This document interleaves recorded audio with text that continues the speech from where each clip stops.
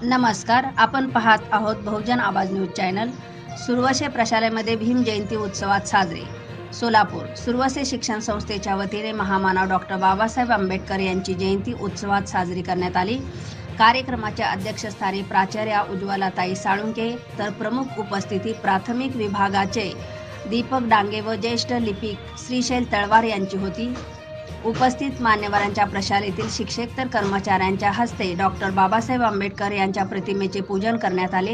यावेळी कनिष्ठ महाविद्यालयातील विद्यार्थ्यांनी आपल्या मनोगतातून डॉक्टर बाबासाहेब आंबेडकर यांच्या जीवनावरती प्रकाश टाकला। तर अध्यक्षीय भाषण प्राध्यापक उज्ज्वला साळुंके यांनी शिका संघटित व्हा संघर्ष करा या उक्तीला उजाळा दिला। यावेळी सर्व शिक्षक तर कर्मचारी उपस्थित। सन्माननीय व्यासपीठावरील माननीय वंदनीय गुरुजी वर्ग व येथे उपस्थित माझ्या मित्रमैत्रिणी, आज डॉक्टर बाबासाहेब आंबेडकर यांची जयंती। भारतीय संविधानाचे पहिले कायदामंत्री, भारतीय संविधानाचे जनक, दीनदलितांच्या जीवनाला जखडलेल्या गुलामगिरीच्या शृंखला तोडणारा महायोद्धा, उपेक्षितांच्या जीवनामध्ये अस्मितेची ज्योत पेटवणारा, सूर्यप्रकाश तसेच स्वतःच्या अलौकिक विद्वत्तेचा वापर समाजहितासाठी करणारा पहिला महामानव डॉक्टर बाबासाहेब आंबेडकर हे होते। डॉक्टर बाबासाहेब आंबेडकर यांचा जन्म 14 एप्रिल 1891 मध्ये मध्य प्रदेशातील महू या गावी झाला। त्यांच्या आईचे नाव भीमाबाई होते व वडिलांचे नाव रामजी होते। भीमराव रामजी आंबेडकर असे त्यांचे पूर्ण नाव होते।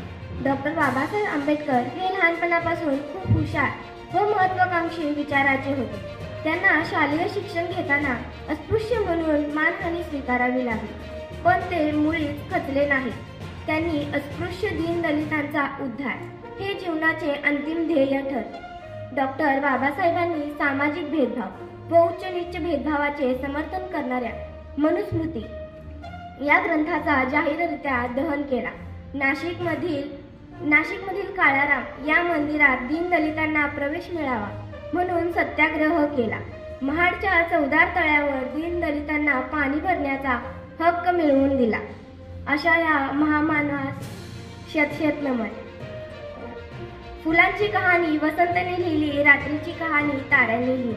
फुलांची कहाणी वसंतने लिहिली, रात्रीची कहाणी ताऱ्यांनी लिहिली। आम्ही नाही कुणाची गुलाम, कारण आमच्या आयुष्याची कहाणी डॉक्टर बाबासाहेबांनी लिहिली, डॉक्टर बाबासाहेबांनी लिहिली। धन्यवाद। महामानव भारतरत्न डॉक्टर बाबासाहेब आंबेडकर म्हणजे भीमराव रामजी आंबेडकर यांची आज जयंती आहे। जयंतीनिमित्त सर्वांना खूप खूप शुभेच्छा। काही माणसं जन्माला येतात, तो इतिहास घडवूनच जातात, एक नवीन इतिहास लिहित असतात। कारण इतक्या सर्व प्राण्यांमध्ये मानव जन्म मिळावा, तो कशासाठी मिळाला आहे याचा या महामानवांनी विचार केला आणि आपल्या आयुष्याचं सगळं सार्थक केलं। स्वतःचं आयुष्य हे फक्त समाजासाठी घातलेलं आहे।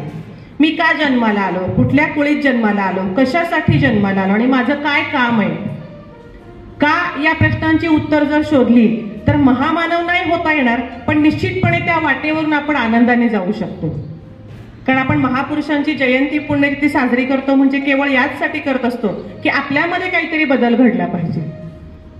बाकी मुलांना आपण सांगतो शिक्षण घेतलंच पाहिजे, शिक्षण हे वाघिणीचं दूध आहे आणि त्यामुळेच माणूस गुरगुरतो, मान्य आहे सगळ्या गोष्टी, परंतु त्यापेक्षाही अधिक जी आहे ती माणुसकी आहे।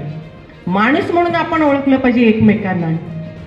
आपण कोरोना काळामध्ये माणुसकी शिकलो होतो, परंतु या 2-3 वर्षामध्ये पुन्हा आपण माणुसकी हरवत चाललेलो आहोत। तर पुन्हा एकदा आपण माणसाने माणसाशी माणसासारखं वागावं ही उक्ती जर लक्षात ठेवली, हे वाक्य लक्षात ठेवलं तर बाबासाहेबांनी लिहिलेलं संविधान आपण आचरणात आणल्यासारखं होईल। जात धर्म पंथ वंश कुळ हे उमऱ्याच्या आत ठेवा। बाहेर जेव्हा पडाल ना तेव्हा एक माणूस म्हणून पडा। त्यातही परत स्त्री पुरुष हा सुद्धा भेदभाव करू नका, कारण काय आपण कुठल्या बाबतीमध्ये 1 रुपया पगार कमी घेत नाही पुरुषांपेक्षा की आम्ही स्त्री आहोत आम्हाला सवलत द्या म्हणून। त्यामुळे हाही भेदभाव नकोय, जिथे कमी तिथे आम्ही ही भूमिका ठेवा। सर्वसमावेशकता असू द्या, आपल्या बोलण्यामध्ये गोडवा असू द्या आणि अभ्यास केला पाहिजे। आपण शिक्षक असलो तरी पण सतत अपडेट राहिलं पाहिजे, पेपर वाचन केलं पाहिजे, पुस्तक वाचन केलं पाहिजे। डॉक्टर बाबासाहेब आंबेडकरांच्या जयंतीनिमित्त लोक 18-18 तास पुस्तकं वाचायला लागतात।